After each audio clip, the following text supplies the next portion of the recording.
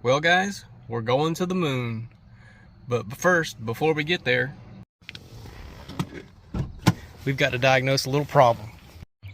And that problem this time just happens to be a locked up alternator clutch. I replaced this belt tensioner last week with a brand new belt, and it's still getting a lot of jumping back and forth when I have the car in gear.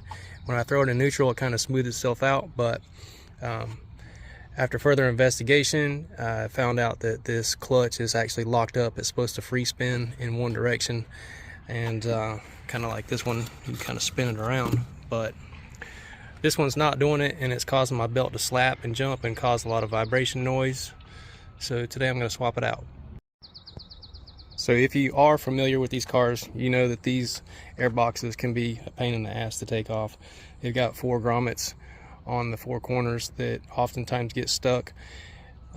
So what I'm gonna do to take this off is, disconnect the MAF sensor, the inlet pipe, and this intake right here.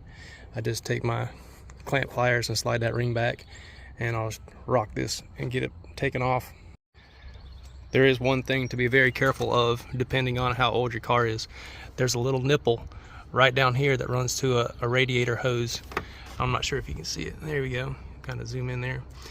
You need to be very careful that when you're taking this airbox off, you do not hit that hose. It will break.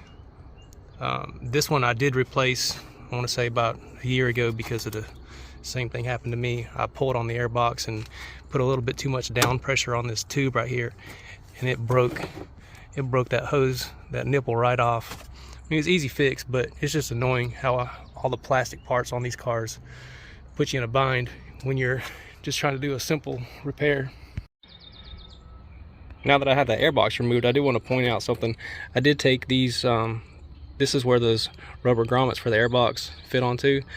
I took a Dremel and kind of dremeled that rough edge off of that, so that it makes it just a little bit easier to take on and off when I need to. I guess the ultimate solution would be to get a cold air intake, but hell, at this point I'm just trying to keep the car running so I can make it to the moon.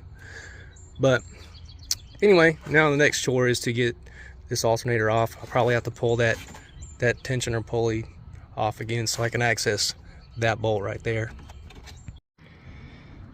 Alright, so after a little finagling, I got this old alternator out, and you can see all the rust that's around this pulley, and it should spin freely, but as you can see, it's locked up when I block those fan blades. But this one right here, I can easily turn that, and it does not go that direction, but it will go this direction. See, that's how that pulley is designed to work. But this one right here is completely locked up, and with it locked up, it's causing my belt to jump and make a horrific noise while I'm sitting idle. At first, I thought it was my airbox and those grommets that are right there.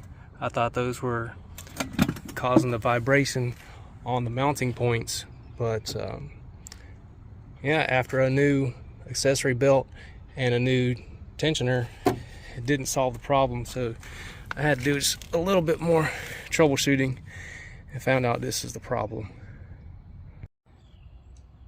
Alright, now that the new alternator is fitted on there, let's fire this thing up and see if we got any more vibration.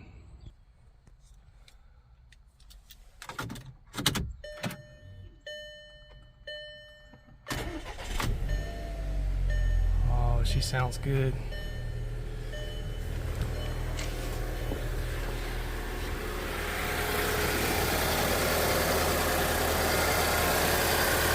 So much better.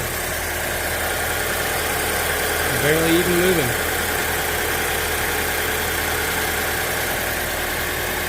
Job well done.